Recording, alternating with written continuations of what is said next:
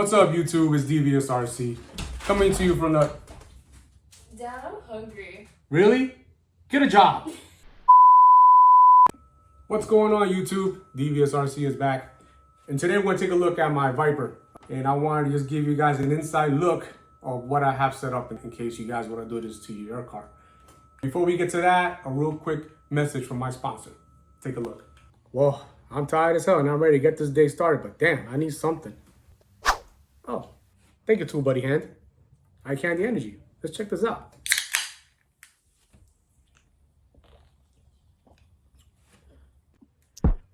Wow, that's some good candy right there. Cotton candy, gotta love it. If you haven't checked it out, you better get with it now. Come into a store near you. Hey, don't forget, a good way to start is with some candy in your day. Eye Candy Energy, baby. Let's go. All right, so let's take a look. Hey, pop the hood. Pop the hood? Pop the hood. So this is an Arrma Felony. I got this car quite a bit back. I enjoyed every moment of it. It's great for speed runs if you tune the suspension right. These tires are pretty nice for looks. These are flat on, low profile. It makes the body stand out pretty well. As you can see, these rims, they look pretty nice. It's got a deep dish in the back, regular in the front. Pretty cool rims. Come carbon fiber. I think they also come in white and black. If I get the link to the website where I purchased these tires, I'll put it in the description below. All right, so what do we have here? What we're working with? It's set up for 8S. 8S is a lot of power, and with a lot of power, It's great responsibility. definitely want to push the limbs with the motor. So when I purchased the 1717 from Castle, this motor is decent. It could take the load of power. Whenever you're buying these motors and these combination of motors, try to get the ESC that goes with them. I didn't do it for this car. At that time, I had this 200 amp Hobby Wing, and the motor that I had on this Hobby Wing, I actually put it on my Outcast, the truck that I have, the big 1/5 scale. With this 200 amp ESC, it should go with the 800 kV motor, but I went and bought the 1717. I linked it up with the ESC. Now, yeah, you get definitely enough power to push this motor with this ESC, but the motor does heat up because it's a lot of amperage coming out of this ESC. I also put an 8S cap pack.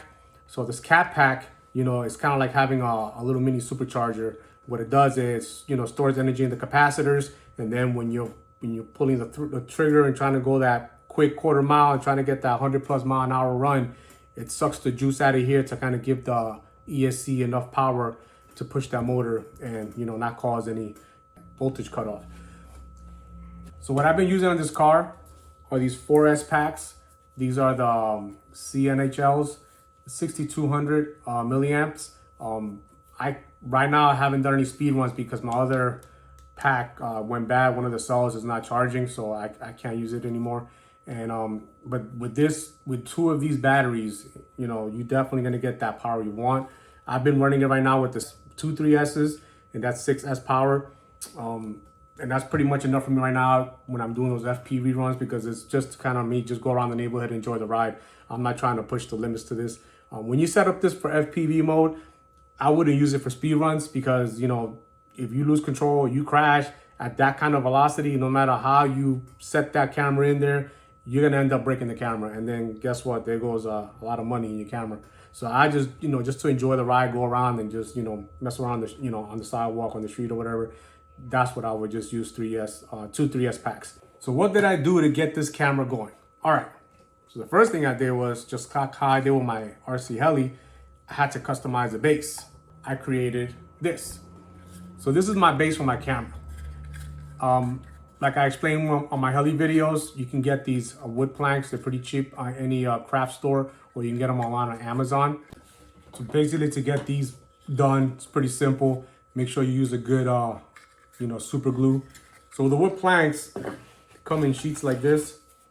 I think they're like 6x6, thin, but very sturdy. Especially if you want to customize something for this car. I'm trying to do the camera view. Now, these wood planks, if you use a straight edge, you get your measurements, make your mark, straight line. And with this razor knife, has a knife. Pretty simple. You put pressure to it, you cut straight down a couple of times, and it should just snap right off. Once you got that cut up, you pretty much just do your measurements. Now, the way I did this one was that I used the size, or I would say the distance between the battery and the actual battery case fit so it can sit right on top of the battery. And the reason why I did that is because, and the reason why I added another section, if you can see I put a section there. So when I strap the battery down, the strap can go inside and tie this down, and it gives you a good sturdy support to the camera shelf.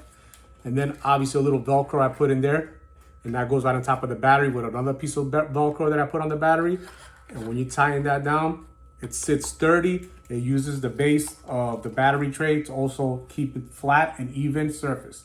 So I had to move this over a bit. As you can see, the Velcro is kind of more sitting on top of the center brace. And that's because when I had placed the camera the first time right above the battery, your view from the front of the vehicle, like if you're actually driving behind the car, is more to the left. And the height of this is also because if you put the camera right on top of the battery, all you're gonna see is what's underneath the hood, and you're not gonna see the top of the hood like you would if you was driving a car. So that's why I had to elevate this shelf up with the wood planks and make it higher. And also consider that you can't go too high, because then the camera is gonna hit the top of or the bottom of the roof of the car, and then that's gonna cause the gimbal to just not move. It's gonna get stuck, and then you're not gonna be able to see the head tracking mode. And then if you haven't seen the camera, so this is the gimbal camera. And this is the one that I purchased from Arrma. This thing is amazing, I love it. And you know, it has a cooling fan. You have to keep these things cool, especially this car, since the body has no open windows, everything's gonna heat up inside the cabin. So with that little fan that I installed there, I just crazy glued it right on top of that wood plank. Sturdy, doesn't go anywhere. I have an additional power supply plug that I have coming out of the ESC to power this fan, and the temps stay where I need them to stay. Now, with the camera sitting like that, if you guys need exact measurements, leave a comment below. I'll tell you exactly what measurements to cut, what needs to be cut. And then gluing it is obviously real simple. Just hold it in place and just glue it down. Get a fast acting glue so that way it can quickly just seal the deal. Now, one other thing I would like to mention is these cameras are only meant to go up to 6S.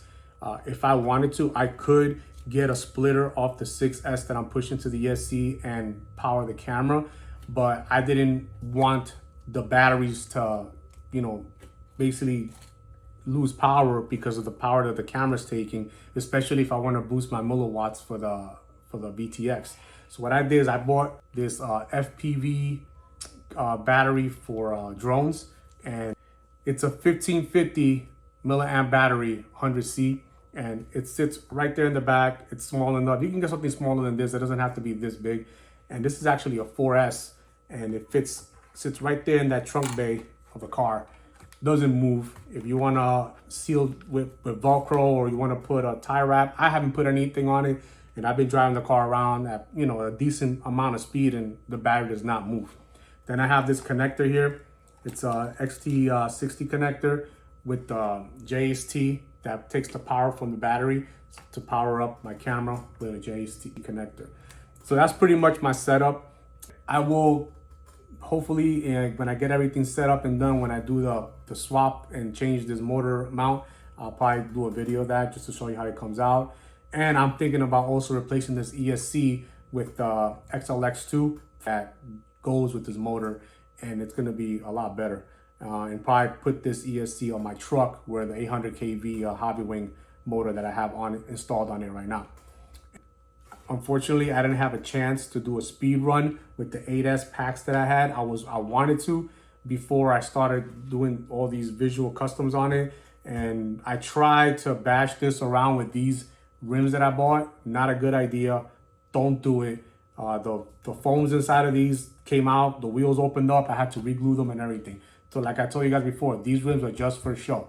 Use the original Felony, the Hoons wheels that come with the Felony, or there is a new type of wheel that's out now for the Felony that has the wide the wide set in the back and the regular front. I'll put it on the description below. Those are probably gonna be my next purchase, and I'll probably get those wheels on so I can start bashing again. But for now, this is pretty much it. That's my setup. If you guys have any questions, please leave me a comment, and thank you for watching.